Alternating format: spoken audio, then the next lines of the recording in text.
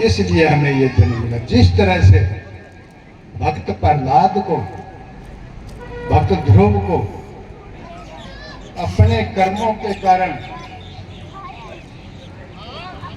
भगवान के दरबार में बहुत उच्च पद प्राप्त हुआ है, उसी तरह से हमें भी हम ऐसे कर्म करें, ऐसे कार्य करें,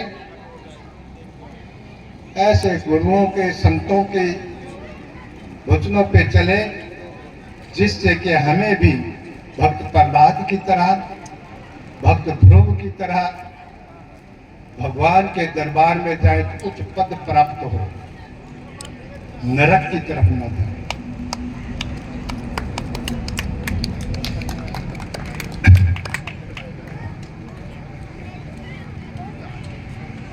संत गुरु मनुष्य को क्या है, जीवन को प्राप्त सफल बनाने के लिए संतों की शरण में तो जाना ही चाहिए।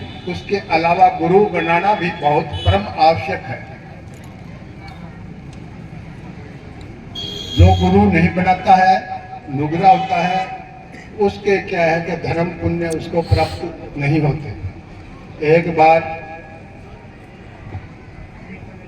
देवताओं की सभा होती थी, मीटिंग होती थी, तो उनके एक सभा भवन था, वहाँ पे सभी देवता आते थे और वहाँ पर आके वो सभा का जो भी कार्यक्रम था उसके लिए रोज करीब रोजाना ही हुआ करती थी। जैसे मान लो अपने भागवत कथा करें, उसमें रोज जाए ना 7 दिन, उसी तरह से वो कुछ निश्चित था हुआ जाती।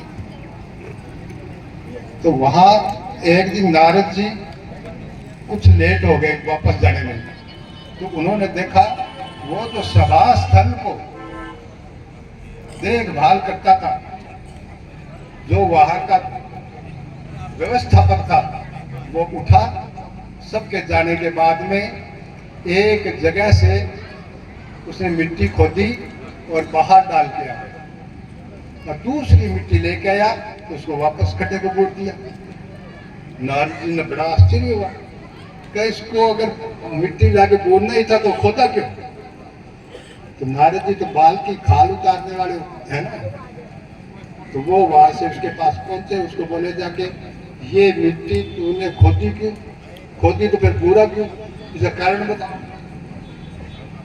वो बोला कि ये ऐसा है, यहाँ पे एक जना ऐसा आता है जो क्या है कि जहां बैठता है वहां पे 1.25 हाथ मिट्टी अशुद्ध हो जाती है। कैसा दुष्ट कौन है? मेरा नाम बता। नारद जी बोले, तो उसने कहा मैं नाम तो नहीं बताऊंगा, नाम तो मैं बताऊंगा नहीं तो मेरे को आगे झगड़ा करेगा मेरे साथ। तो वो नाम नहीं बताया, तो नारद जी चले गए। फिर कुछ 2-3 दिन देखे, फिर नारद जी छुप के बैठ गए। कब देखूंगा, पहले अंदाजा लगा लिया कौन कहाँ में बैठा है। तो उसने आके फिर वो मिट्टी खोदी और वो बाहर डाल के दूसरी मिट्टी डाली। नारद जी ने देखा कि यहाँ तो मैं बैठा था, जहाँ पर मैं बैठा हूँ वहां से मेरे बैठने से 1.25 हाथ मिट्टी जो है अशुद्ध हो जाती है। इतना मैं दुष्ट कैसे हो गया? मैं नारायण का भगत, हर पल नारायण नारायण करता रहता हूँ, बोलता रहता हूँ, और नारायण की मेरे पे टिकता, फिर मेरे पे ऐसे कैसे हो? फिर वो उसके पास गया, यहाँ तो मैं बैठता हूँ, मैं दुष्ट हूँ क्या? वो मैं नारायण का भगत हूँ, मैं दुष्ट कैसे हुआ? बोले मेरे से क्यों पूछते, तेरे नारायण से पूछ ले जाकर, नारायण ही बताएंगे कोई तो दुष्ट है कि नहीं है। मेरे को तो पता है मिट्टी अशुद्ध होती है, आप जहाँ बैठते हो मैं बाहर दे आता हूँ, दूसरी शुद्ध ला के डाल देता हूँ। तो वो नारायण नारायण करते करते गए, तो भगवान विष्णु वहाँ बैठे थे, नारायण बैठे थे। तो उनको जाके हाथ जोड़ के बोले महाराज मेरे को तो एक वो सवाल का जवाब दो। बोले क्या? वो क्या मैं दुष्ट हूँ क्या? वो हाँ तो दुष्ट है। तो मैं जहाँ बैठता हूँ 1.25 हाथ मिट्टी अशुद्ध हो जाती है क्या? वो हाँ हो जाती है। दुष्ट है तो दुष्ट को बैठने से 1.25 हाथ मिट्टी अशुद्ध होगी। कि क्या कारण मैं क्यों हूँ?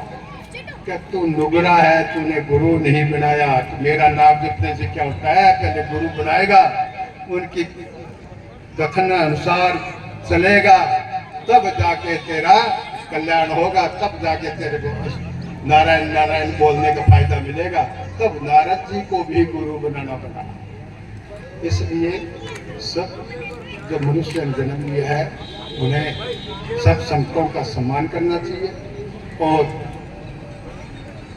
अपने अपने गुरु का कहने के मुताबिक चलना चाहिए। जिन्होंने गुरु नहीं बनाया उनको कोई भी किसी भी संत को, अच्छे संत को गुरु बनाना नहीं चाहिए। अब बनाना पूर्ण विश्वास के साथ बनाना चाहिए। गुरु कहे उन वचनों को पूर्ण विश्वास के साथ मानना चाहिए। विश्वास ही एक ऐसी कड़ी है जो अपने भक्ति की कड़ी को दर्शाती है। एक बार एक समय की बात है, श्री कृष्ण भगवान रुक्मिणी के साथ यूं जा रहे थे।